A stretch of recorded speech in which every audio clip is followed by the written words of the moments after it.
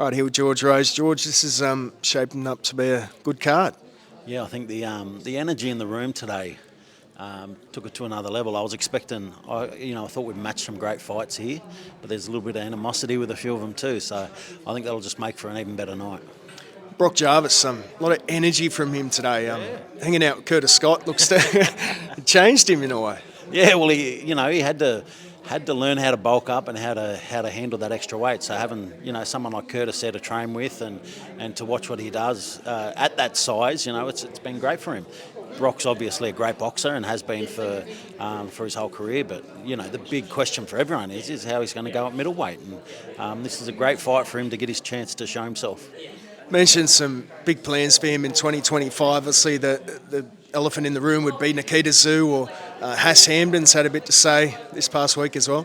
Oh, look, Brock's a draw card. He's an absolute draw card, and people are going to want him, especially at this weight. At this weight, you've got super welterweight, you've got middleweight. There's a lot of great fighters around Australia that would want their opportunity to fight Brock Jarvis, and we just need to see how he goes and see what the plan's going to be for him next year, because there's a lot of great fights out there, and I think the back and forth between him and Hass is something that could build into a great fight in the future. But as you said, Nikita Tszyu's there. There's a lot of other great super welterweights here in Australia, and some good middleweight fights as well. The signing of Callum Peters, we haven't spoken since then. Massive signing for you guys. What potential does he have moving forward? Yeah, look, I watched him at the Nationals the other week, and he's just on another level.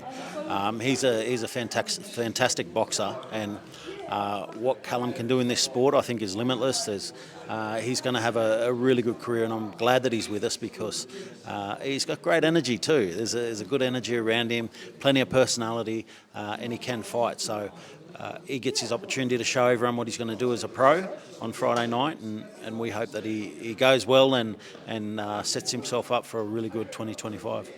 Female world title fight on this card as well. Must be pretty excited for that one. Yeah, there was awkward tension in the room. I know that it's been brought up a lot of times about their past fight, but for me, I'm just stoked that we're going to have an Australian world champion at the end of this fight. The IBF world title is a very prestigious world title, and the fact that these women are going to be fighting for that title is huge, and we get to put it on our card.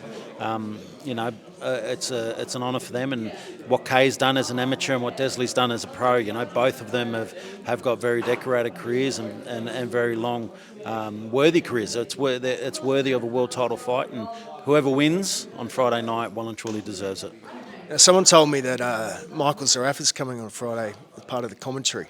Is that true? What involvement will he have? Is that because you've got something planned for him in 2025? Geez, you know more than me. Who have you been speaking to? I don't know. Look, I actually don't know. But if he does, look, he's a personality. He's a personality in Australian boxing. He's a person who says what he thinks, and that's what we need. We need people who can show their personality, show their character, and get people to either love or hate him. Obviously he attracts a lot of criticism towards him, but what he can do as a boxer, I mean, he's fought for world titles. He's a guy with credentials. He's a guy with credibility, and he's a guy who talks. He talks. So commentary suits him. If he's there on Friday night, he'll do a great job. I have no doubt. 2 weeks now to Sam Goodman challenges for Undisputed.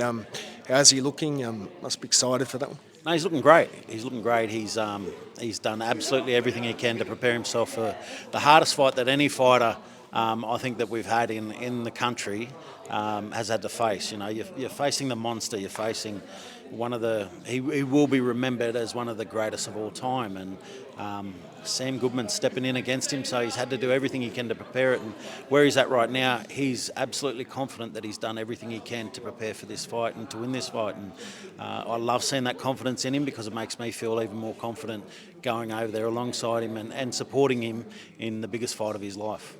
It's Nikita Tszyu. We haven't heard from him in quite some time now. He had that hand injury, but he seems to have gone on a bit of a self-imposed social media ban or something. What's an update on him? Yeah, it's a funny one. I was talking to Tim, his brother, about him yesterday, and I said, "Where's Nikita?" He said he hasn't seen him either. So Nikita often talks about how he loves to just go missing and go and do his own thing. He's such a unique person, a unique character, and so he's been off doing his own thing. He's healed, and while he obviously wasn't ready to be able to fight at the end of this year, he is ready to go for next year, and he'll be back next year, and there's plenty of good fights for him to have, and looking forward to seeing him more active. Obviously the injuries slowed him down a little bit this year, so we didn't get to see as much of Nikita as we like to get to see, but we'll get that next year, and he'll have enjoyed his free running in the woods or whatever he's doing at the moment, and he'll be back to fighting and back to winning. Is there a bit of pressure on Nikita next year, given Tim might be out for a period? How do you think he'll cope with that?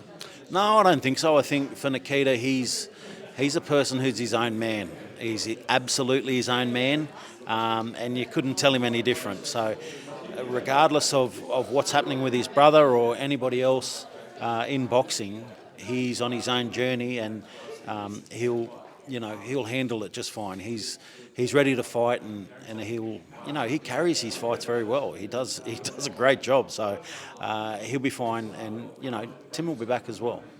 Caught up with Tim the other day. How is he? What's he sort of? How does he reflect on that loss? No, he's good. We actually had a really good yarn on the No Limit Boxing podcast, so you'll have to watch that one and find out what he said. But he's good. He's in a good zone.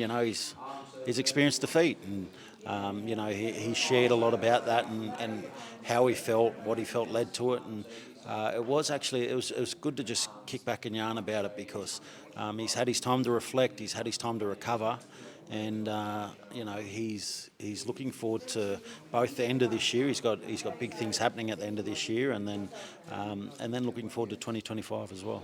If you were to sort of look ahead, what's the most likely fight? Does he fight here? Does he fight overseas? What's your thinking? Yeah, well, I think we've starved the Australian public of Tim Tszyu fights locally. The more you think about what we've had over the last few years, there's no experience like a Tim Tszyu fight here in Australia. There's the energy that comes with it, the build up. I think I'd love to get back to that. I'd love to get back to giving the Australian public that experience of big Tim Tszyu fights, the hype that comes with that.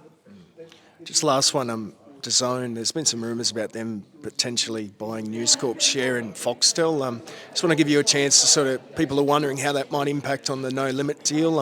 Any comment on that?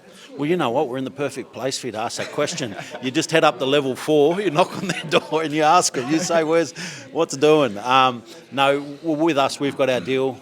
We've got a contract in place, and that'll be honoured. And I couldn't comment on who's actually going to end up buying out Foxtel, or if it ends up selling.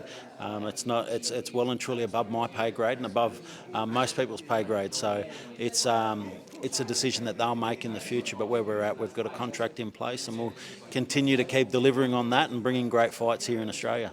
Beauty. Thanks, mate. Thank you.